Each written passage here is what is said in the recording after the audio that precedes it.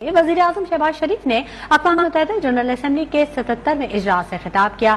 सैलाब की तबाहकारियों से दुनिया को आगाह किया। कहा, मेरा दिलो दिमाग इस वक्त भी पाकिस्तान में है जो सैलाब से मुतासिर है। कोई नहीं समझ सकता कि हम किस वक्त से गुजर रहे हैं। मैं यहाँ सबको बताने आया हूँ कि पाकिस्तान किन हालात से दो चार है। 40 दिन और 40 रातों तक ऐसा सैलाब आया जैसा दुनिया ने कभी नहीं देखा। सैलाब से 1500 से ज्यादा अफराद जान की बाजी हार गए, सैकड़ों जख्मी हुए, 650 औरतों ने सैलाब में बच्चों को जन्म दिया।